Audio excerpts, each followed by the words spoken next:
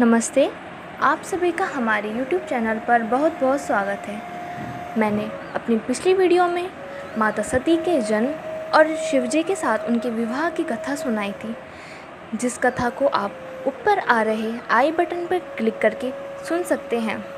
आज मैं आप सभी को पार्वती माता के रूप में माता सती के जन्म की कथा सुनाती हूँ। सती के विरह में शंकर जी की दयनीय दशा हो गई। वे हर पल सती का ही ध्यान करते रहे और उन्हीं की चर्चा में व्यस्त रहे। उधर सती ने भी शरीर का त्याग करते समय संकल्प किया था कि मैं राजा हिमालय के यहाँ जन्म लेकर शंकर जी की अर्धांगिनी बनूं।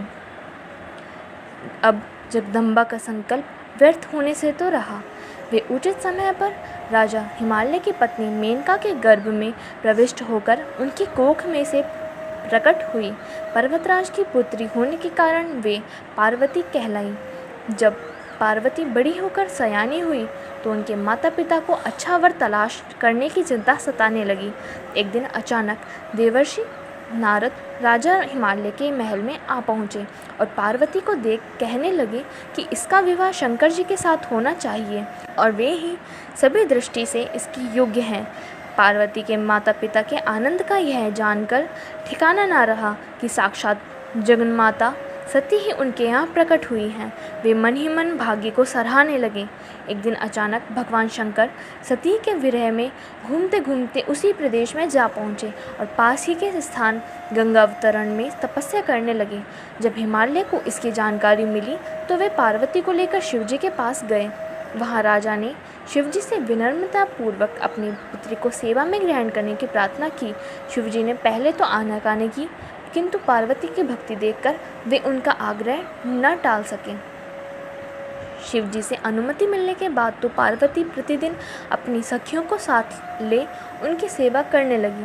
पार्वती हमेशा इस बात का सदा ध्यान रखती थी कि शिवजी को किसी भी प्रकार का कष्ट ना हो। वे हमेशा उनके चरण धोकर चरणोदक ग्रहण करती और षडोपचार से पूजा करती। इसी तरह पार्वती को भगवान शंकर की सेवा करते दीर्घ समय व्यतीत हो गया, किंतु पार्वती जैसी सुंदर बाला से इस प्रकार एकांत में सेवा लेते रहने पर भी शंकर के मन में कभी विकार नहीं हुआ। वे सदा अपनी समाधि में ही निश्चल रहते। उधर देवताओं को तारक नामक असुर बड़ा त्रास देने लगा। यह जानकर कि शिव के पुत्र से ही तारक की मृत्यु हो सकती है, सभी देवता शिव पार्वती का विवाह कराने की चेष्टा करने लगे।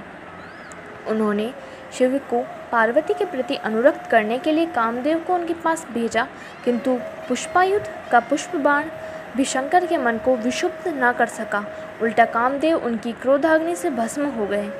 इसके बाद शंकर भी वहाँ अधिक रहना अपनी तपस्या के लिए अंतराय रूप समझ कैलाश की ओर चल दिए।